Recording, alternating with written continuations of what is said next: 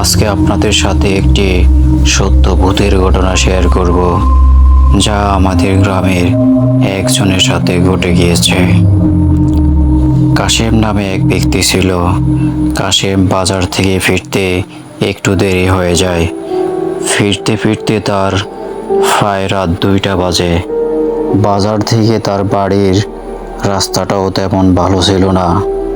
বন জঙ্গল পেরিয়ে বিলের মধ্য দিয়ে তার বাড়িতে যেতে হতো। আরও সেদিন ছিল অমাবস্যা রাত।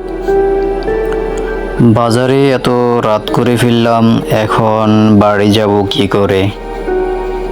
যাই হোক, বাড়িতে তো যেতেই হবে। আল্লাহর নাম করে পা চালাই। কাশেম বন জঙ্গল পেরিয়ে বিলের মধ্যে দিয়ে হাঁটছিল। ভয়ে তার গা কাঁপছিল, তারপরেও মনে সাহস নিয়ে সে পথ চলতে থাকে। বিলের মধ্য দিয়ে যখন সে যাচ্ছিল, কিরে ওখানে এটা কি দেখা যাচ্ছে? একটু গিয়ে দেখি তো।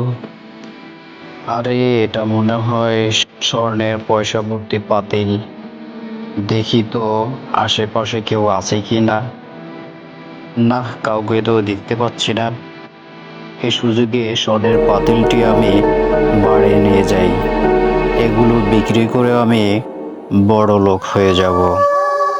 এই বলে কাশেম যখন পাতিলটির কাছে যায়, তখন পেছন থেকে কেউ যেন তাকে লাঠি দিয়ে মারতে থাকে। ওরে মারে, ওরে বাবারে, কে আমাকে মারতাছে? আমাকে ছেড়ে দাও, আমাকে ছেড়ে দাও, আমাকে কেন মারো? ওরে বাবারে, ওরে মারে। কাশেম স্বর্ণের পাতিল রেখে সেখান থেকে বাড়ি চলে যায়। বাড়ি যাওয়ার পর সে যখন বাড়ির উঠানে যায়, তখন বাড়ির উঠানে তার বাবাকে দেখতে পায়। কিরে, এত রাতে বাবা এখানে কি করে? এই বাবা, তুমি এত রাতে ঘরের বাহিরে কি করো? লোকটি কিছু বলে না। কাশেম শুধু জিজ্ঞেস করতে থাকে, কিন্তু লোকটি কিছুই বলে না, শুধু তাকিয়ে থাকে কাশেমের দিকে। আসলে এটা কাশেমের বাবা না, এটা হলো একটি জিন। মুহূর্তের মধ্যেই লোকটির চেহারা পরিবর্তন হয়ে যায় এবং লোকটি বিকট শব্দে হাসতে থাকে। কাশেম ভয়ে সেখান থেকে পালিয়ে যায়, সেখান থেকে পেছন দিকে পালিয়ে যায়। কাশেম যখন পেছন দিকে রওনা হয়, ভূত আবার তার পেছন থেকে তাকে মারতে থাকে। সেদিন রাতে জিনেরা তাকে এভাবেই জ্বালাতন করতে থাকে। সে একবার বাড়ির দিকে যায়, ভূত তার পথ আগলিয়ে রাখে। আবার কাশেম পেছন দিকে যায়, ভূত তাকে পিছন থেকে মারতে থাকে। এমন করতে করতে ফজরের আজানের সময় হয়ে যায়। মুয়াজ্জিন যখন আজান দেয়, জিনগুলো তখন পালিয়ে যায়, আর কাশেম অজ্ঞান হয়ে সেখানে পড়ে যায়। সকালবেলা বকুল যখন জমিতে কাজ করতে যায়, তখন কাশেমকে জমিতে অজ্ঞান হয়ে পড়ে থাকতে দেখে। বকুল তাকে তুলে দ্রুত ডাক্তারের কাছে নিয়ে যায়। এই যে শুনুন, আপনার রোগীর তেমন কিছু হয়নি। সে গত রাতে মনে হয় অতিরিক্ত ভয় পেয়েছে।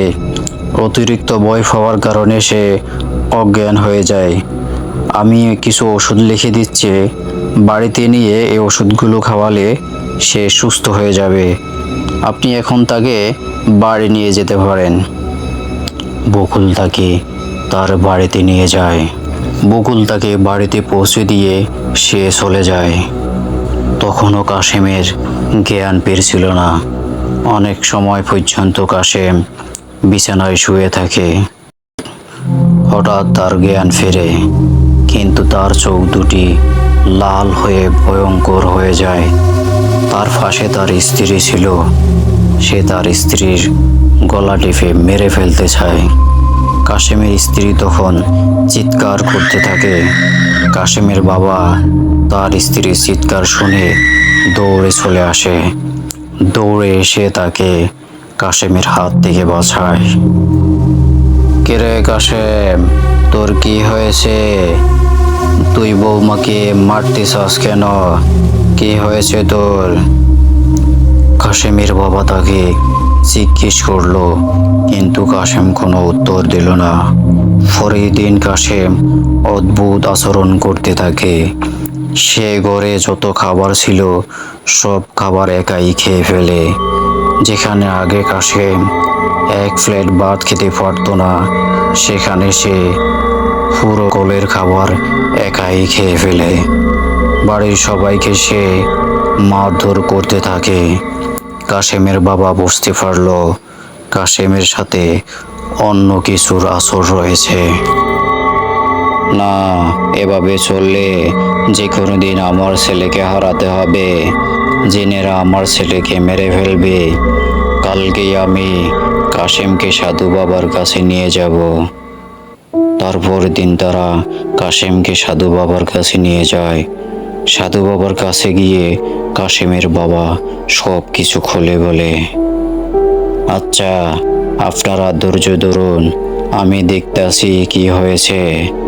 হাম জবর হাম, খাম জবর খাম, ওরে বেড়া বাম, চলাই তাড়াতাড়ি, আমি তোরে ডাকতাছি।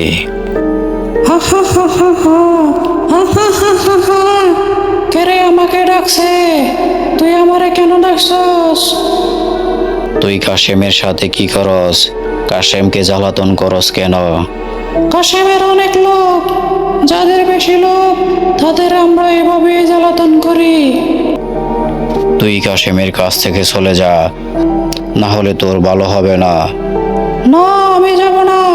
আমি কাশেমকে অনেক ভালোবাসি। কাশেমের সঙ্গে আমি থাকবো। তুই না গেলে আমি অন্য পদ্ধতি অবলম্বন করব। যাবি নাকি বল? না না, আমি চলে যাই, আমি চলে যাই। কিন্তু আমার একটি শর্ত আছে। কি শর্ত তোর আবার? বল তাড়াতাড়ি। যেখান থেকে কাশেম স্বর্ণের পাতিল আনতে গেছে, রাতের বেলা সেখানে 10 কেজি মিষ্টি নিয়ে রাখতে হবে। আচ্ছা ঠিক আছে। এ বলে কাশেমের বাবা সেখান থেকে কাশেমকে নিয়ে আসে। সেদিন রাত্রিবেলা কাশেমের বাবা 10 কেজি মিষ্টি নিয়ে সেখানে রেখে আসে। পরদিন সকালে গিয়ে দেখে শুধু কার্টনগুলো পড়ে রয়েছে, কোনো মিষ্টির দেখা নেই। সব মিষ্টি জিনেরা খেয়ে ফেলেছে। তারপর থেকে কাশেম সম্পূর্ণ সুস্থ।